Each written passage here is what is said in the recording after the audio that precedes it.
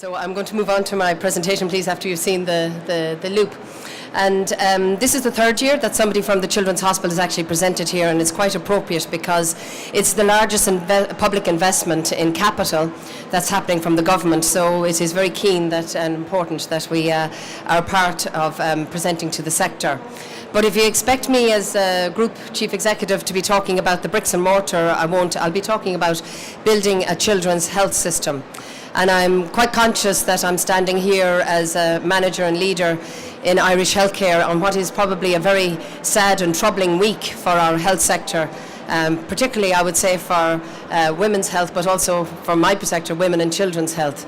So what I hope to be able to present to you today is, yes, I will do some of the bricks and mortar and good things like that, but more important to present to you as citizens of Ireland on why we have to build a health system, a new health system for children, which make up 25% of the population. So moving on then, it's important to note that this isn't just about a particular building with building bricks. It's actually about a network of services. So my first slide is actually just giving context to the two major authorities that are delivering on the Children's Hospital, because it's very important. You might recognise some of the people on the right-hand side, which is the Development Board, which is the chairman is Tom Costello, ex-MD of CISC, and John Pollock from Punch. And their job is very simply to plan, design, build, equip and furnish a children's hospital and move on, and that's the sector you would be used to. From my perspective then, on the other side is the Children's Hospital Group Board, which is led by Jim Brown, ex-president of NUIG, and myself. And our job is to merge the three children's hospitals into one entity, manage them, and then put in all the service reconfiguration, put in all the staff and transfer across to the new facilities. So we're client basically for the capital project. And here are the project team that actually is involved in it, and something of this significant has a large project team. So on the outside you can see there's the integrated design team that's been involving, that successfully got us to our successful planning application. And in the centre, the contractors that actually are starting work at the moment are BAM, obviously Jones and Mercury. So these guys are very lucky because they're involved in not just a building, but these guys are involved in building the future of children's healthcare for 25% of the population. So give you a sense of what it is that where our pipeline comes from. As I said, children, when they make up 25%, our population is on the increase. But what's of interesting note to us in healthcare is that if you will see the if you see, most of the increase is actually happening in the urban areas in Dublin, of where the population is actually growing. And so the Minister was probably talking earlier about the housing situation, and when we get the housing situation sorted out, particularly in Dublin, that's going to significantly increase the number of children that's going to need access to services in the Dublin area. Where our children come from, obviously, is from our births, which, while there's been a slight decline, what's important to us is that most of them are born in Dublin, with some of the regional, urban or rural counties like Leitrim having the least amount of births.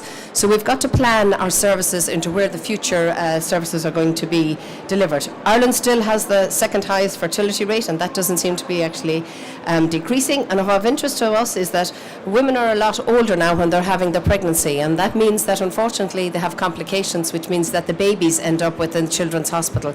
And the technology is so good. Years ago, if you had a baby at 30 weeks pregnant, it didn't survive. Now we can get down to 24 weeks, but they end up in our hospitals then for months and months at a time, surviving, requiring lots of resources to bring them to good health. So you would expect with children, vast majority of us are very healthy. Ireland has for the last 12 years been measuring how children have been growing up in Ireland. So you can see, because most of health determinants are actually due to how we actually live, you expect that children are going to be very healthy at the top there. So with only 25% of them having few problems, but 2 of them are very unwell. Those 2% of children can occupy up to 50% of our beds. So that's how ill they are. We have a low mortality rate, which is due to how we actually get children to sleep on their backs. But most of our deaths are actually due to road traffic accidents and drowning, not hospitals. But we have a role in actually helping to promote that. But yet, for very healthy children, there's an awful lot of us children turning up to outpatients, inpatients, and emergency departments. And what we're trying to do is make this system sustainable going forward, because we can't keep building more and more hospitals and more beds, because we would need thousands and thousands of them, and they're not able to staff them. But it is taking away services that could and should be delivered locally. So we have.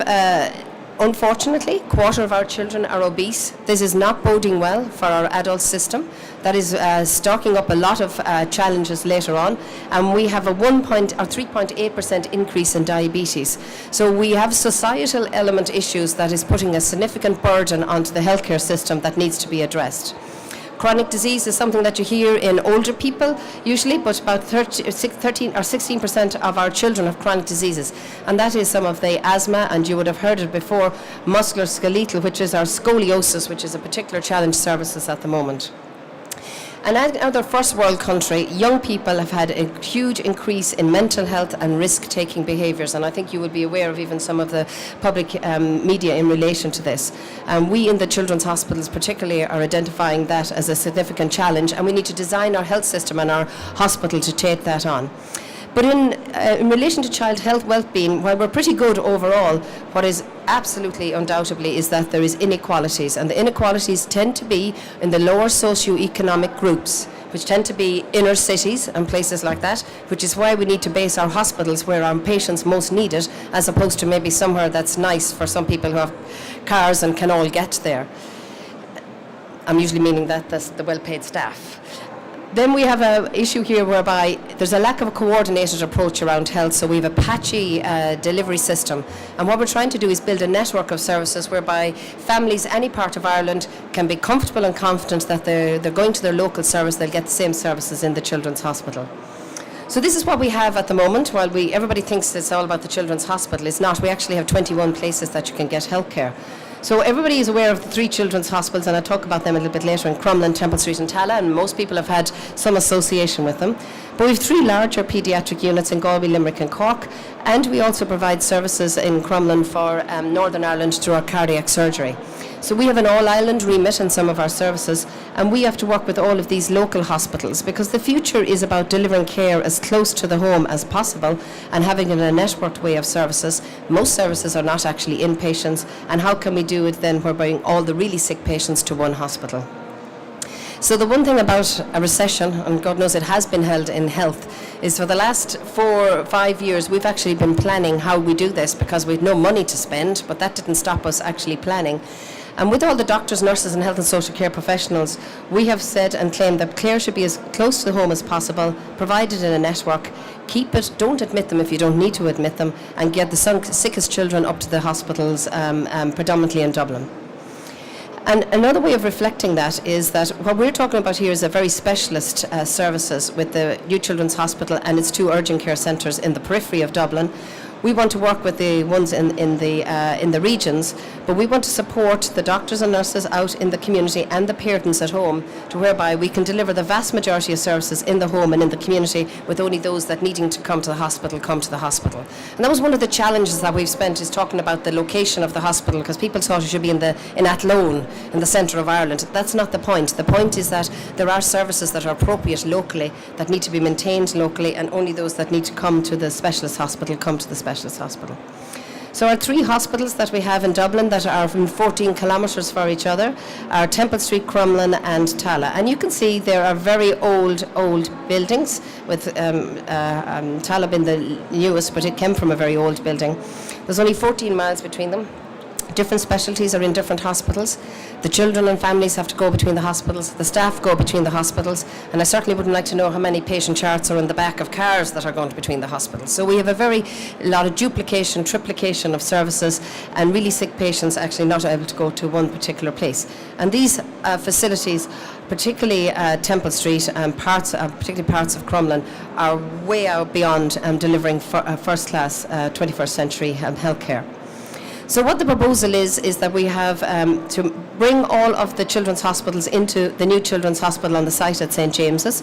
We also have paediatric services and other hospitals coming in there, but it's the main 3 hospitals, so we consolidate them. We have to be linked with an adult hospital because 1/4 of our consultants are adult consultants that have a special interest in paediatrics. So for example, burns, a very highly specialist service. The surgeons who deal with burns only deal with 3 to 5 children with severe burns a year. If they were to do those surgeries on just 3 to 5 children, they would not maintain their skill sets to have excellent outcomes in their children. Most burns happen to be men in their older age, smoking in bed after having a drink. That's the reasons why they get burned.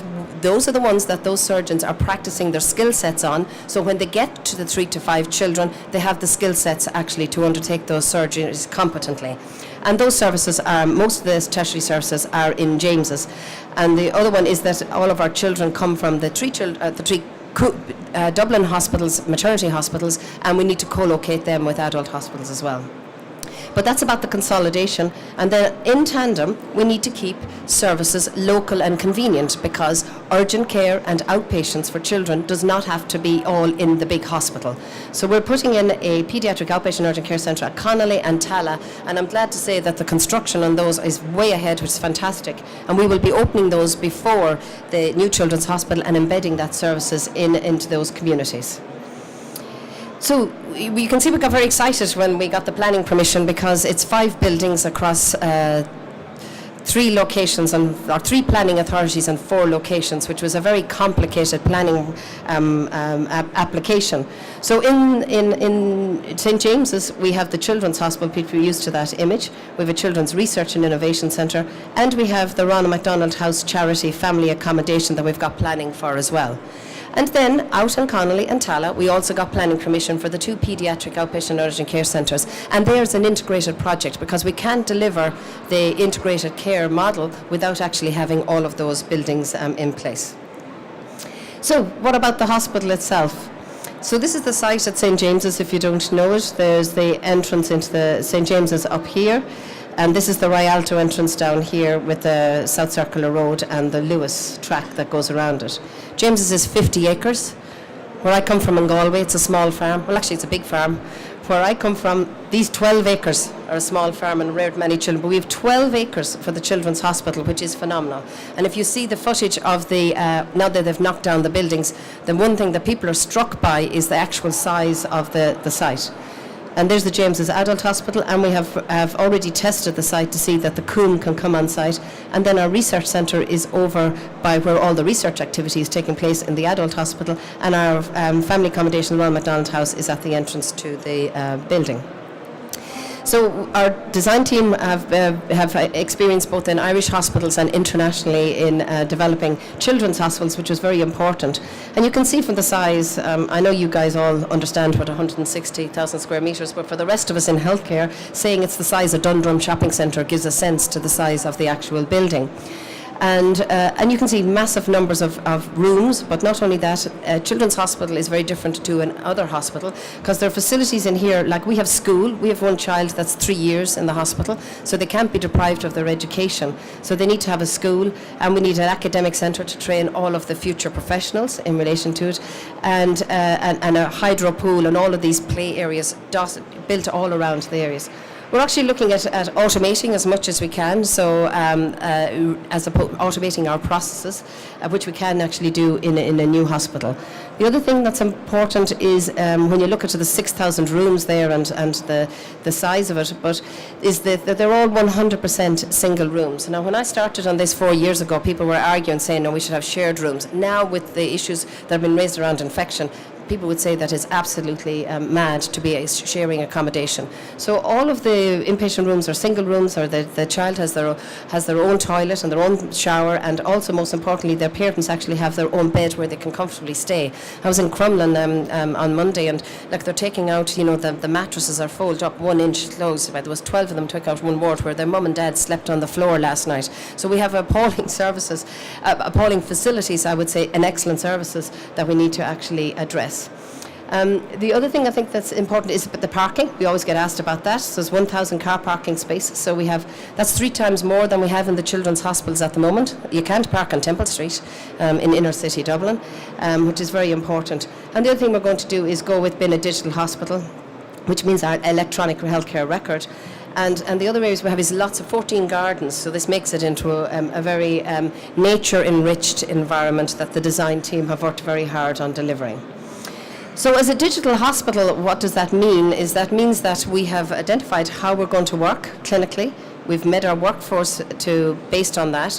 We have looked at the physical design, so I haven't designed things like medical records departments, because I'm saying we're moving on, and then we put the ICT around it. And our objective then is to very much push that agenda, because we're building a hospital for the next 50 years. So that means and we have some of these already, you will be able to register, you will have online mobile apps, people will have a web portal, you'll be able to go in and add all your details before you come in, you'll be able to interact with the team before you start. It has wireless, all your allergies and key information is on your electronic healthcare record. We have a big education centre that also stream live videos from the theatres. We actually would be able to do movies as well for the children there. We have all of these automated guided vehicles that are working, and beside the children's bed they'll be able to order their own food, get their own education, get their education pamphlet, do even their school education at their bed, because that's how it is done in contemporary systems. So the other thing we're doing is that this is the largest investment by the government, is that putting something of 1 billion, which is not the construction costs I add quickly, it's the whole total cost, into an area of South Inner City Dublin affords a huge opportunity for regeneration. So we know that it's going to be, there's going to be inconvenience for the neighbours, but we see as a future opportunity to actually leverage this investment with something broader than just delivering a hospital on a doorstep. The issue is that the Changes campus will be the largest medical centre, one of the largest in Europe. And that means the intellectual capital on that campus, as we call it, when the comb is there from the womb to the tomb, is so significant that it is actually going to be able to lever off other industries. So we see a whole local regeneration where we're looking at the local realm and traffic. We see the opportunity for SMEs and credit given to the contractors. They've actually built in commitments to local people getting jobs. So we have a huge opportunity for jobs in construction. I was looking at the notice board out there. I said that next year we'll have a big list on actually for that. We're looking at jobs in the hospitals because we're looking at local employment for us. And we're looking at a health innovation hub in the district, and how can a hospital be without walls and help its community to be healthier, and where are the future careers. So we're going into the national schools and the secondary schools in the local area, telling them about the jobs they're going to be in the future, so that when this is built, it's leaving more than just a building, it's leaving a legacy in Dublin 8.